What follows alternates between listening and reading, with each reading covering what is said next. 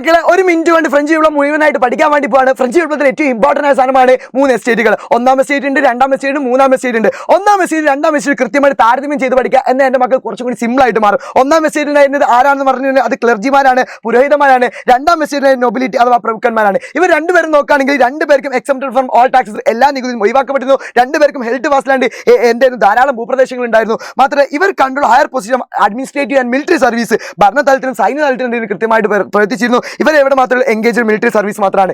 ഇവർ collected tax from തിദേ. ഇവരെന്ത് ചെയ്യുന്നു, വേരിയസ് ടാക്സ്, ഇവർ പല ടാക്സുകളും പിരിച്ചിരുന്നു. അതിൽ ഏറ്റവും ഇമ്പോർട്ടൻ്റ് ആയി made farmers work without wage. നൊബിലിറ്റിക്കാർ വേതനം നൽകാതെ കർഷകർ പണിയെടുപ്പിച്ചിരുന്നു. അങ്ങനെയാണെങ്കിൽ മൂന്നാം എസ്റ്റേറ്റുകാരിൽ ഉണ്ടായിരുന്ന ആൾക്കാരാണ് കച്ചവടക്കാർ, എഴുത്തുകാർ, അഭിഭാഷകർ, ഉദ്യോഗസ്ഥർ, ബാങ്കർ. 6 4 മക്കൾ വിളിക്കുക. ഇവരെന്താ വെച്ചിട്ടുണ്ടെങ്കിൽ ഇവർ മധ്യവർഗ്ഗക്കാരെന്ന് വിളിച്ചിരുന്ന കർഷകരൊക്കെ ഉൾപ്പെട്ടാണ്. ഇവർക്ക് എന്തൊക്കെ ഉണ്ടായി, ലോ സോഷ്യൽ സ്റ്റാറ്റസ്, സമൂഹം താഴ്ന്ന പതിവായിരുന്നു. No role in administration, pay tax clergy and nobles. അതേപോലെ തൈല എന്ന് പറഞ്ഞ നികുതി ഇവർക്ക് അടക്കേണ്ടിയിരുന്നു.